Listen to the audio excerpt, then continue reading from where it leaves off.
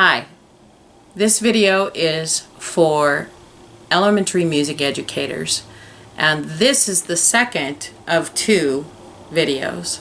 This one will be specifically for intermediate grades 3, 4, 5. It has a great idea for the fall, and I hope you enjoy it. Hi, I'm LaVonna Zeller-Williams-Bratschi, and this is my service dog George.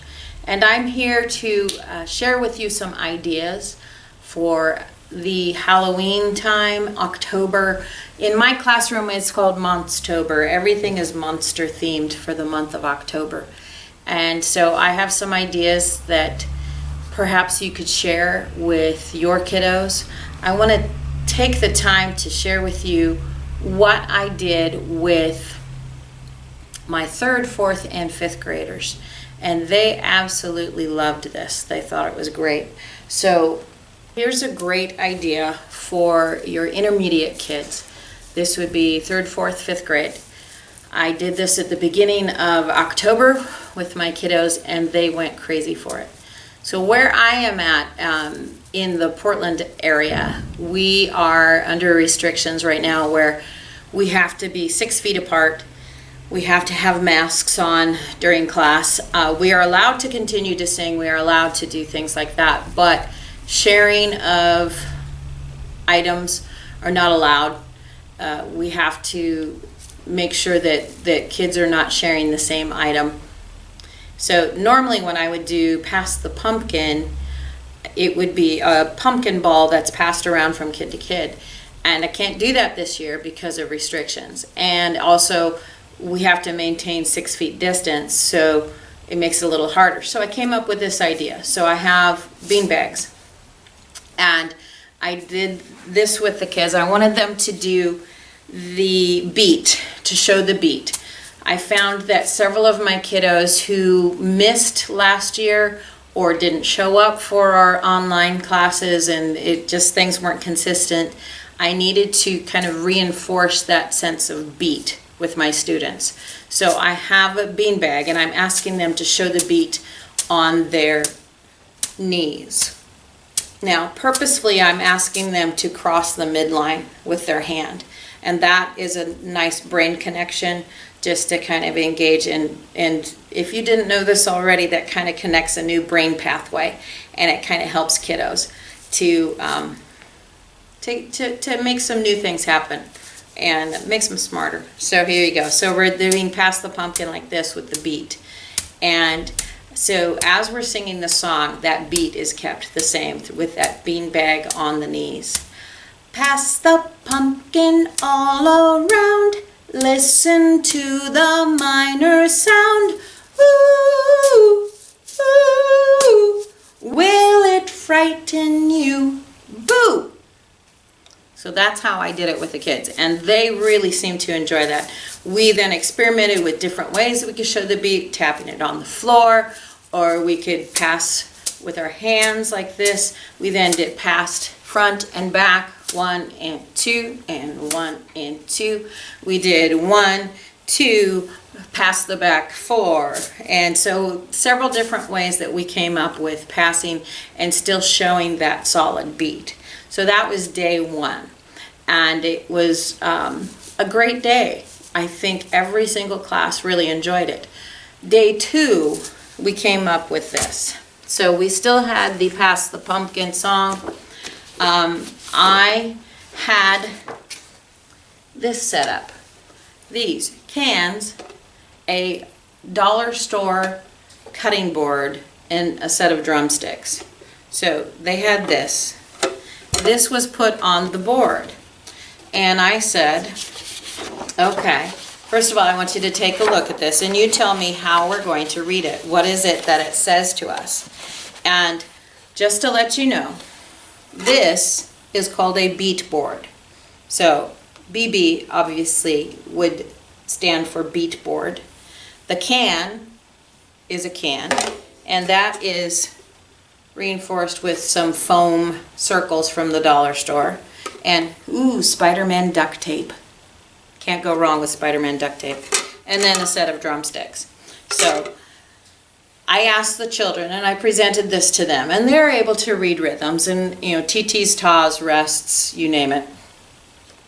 Half notes we call toes, and I had taught them how to do a roll on the drum head for these. So I asked them, what does this tell you? What is our rhythm?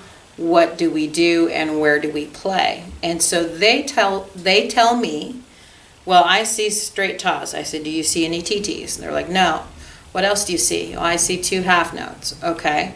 And a squiggle line. I said, what do you think that represents? And they put it all together that we had just practiced rolls, so that most likely means the rolls. And we worked on dynamics earlier this year, so we had to talk about how loud does that have to be. And they realized that the softer it is, the more accurate that's going to be played. So we kept it down, and I let them determine it, and they said, well, maybe kind of a mezzo piano. And I'm like, that sounds great to me. And I'm just thrilled that they're using their Italian so that they could say that. And they say it with confidence, which was fantastic. So we have beat board, ta, ta, ta, ta, ta, ta, ta, ta.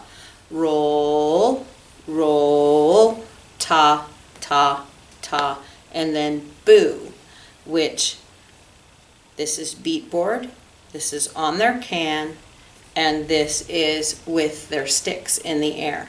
So we talk about what these represent. I let them figure out what it is, their deductive reasoning, thinking for themselves and trying to figure out what those are. And then the boo, I purposefully leave it with no instruction because I want them to come up with the idea of what we should do. Most often it's a hit on the side of the can, or sometimes it is, a stomp, different things. So we try different things, and my reason for not putting something there is that I want them to then compose it, them to take ownership of it, and they're trying their ideas. And no idea is wrong.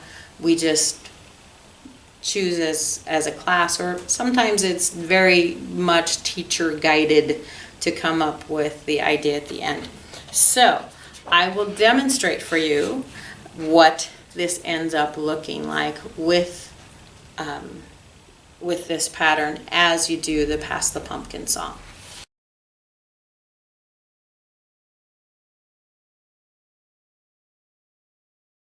Pass the pumpkin all around, listen to the minor sound. Ooh, ooh, will it frighten you? Boo! And usually the kids want to do that as the ending.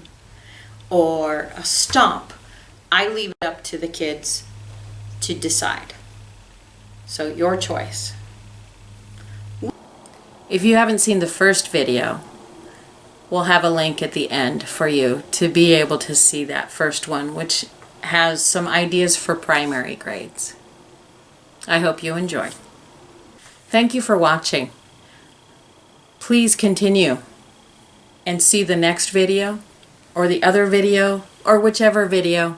But I also wanted to point out there's another one available here on YouTube, and that is Down by the Spooky Bay. And if you look on my page or check the link out at the end of this video, that would give you an opportunity to have another song for kids. It is in minor. There's also a video of how to play the chords on it, an instructional video as well. So feel free to look up my YouTube channel, which is Lavana Zeller-Williams-Bratschi. And if you even look up ZWB and George, that's ZW and George, sing-along videos, you can find me that way too. So I hope this has helped you and given you some ideas so that you can work out. And make sure you check out Parapole, parapole.com, and Zellerware, zellerware.com. Thanks for watching.